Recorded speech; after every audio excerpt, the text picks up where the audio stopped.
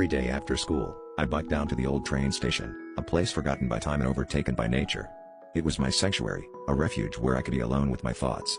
But there was something unsettling about it, something I couldn't quite put my finger on. It wasn't until the third visit that I noticed the passengers. They were always there, sitting on the decrepit benches, staring vacantly ahead. Their clothes were from another era, tattered and faded, yet still they waited. I shrugged it off at first, assuming they were just eccentric locals, until one of them turned and gazed toward me. Their eyes were hollow, and a chill ran through me as if they'd seen through my very soul. Curiosity got the better of me, and I began to observe them more closely with each visit.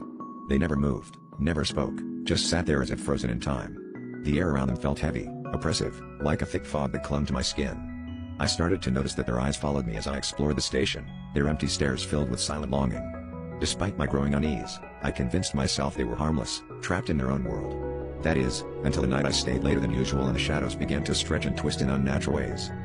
As darkness fell, the station transformed. The familiar creaks and groans of the old structure took on a sinister tone. Suddenly, the passengers began to rise, their movements slow and deliberate. Panic surged through me as I realized they weren't just watching, they were coming for me. I stumbled backwards, my heart pounding in my chest, and fled the station. But as I raced home, I couldn't shake the feeling of their gaze burning into my back, like icy fingers tracing my spine. That night, sleep eluded me.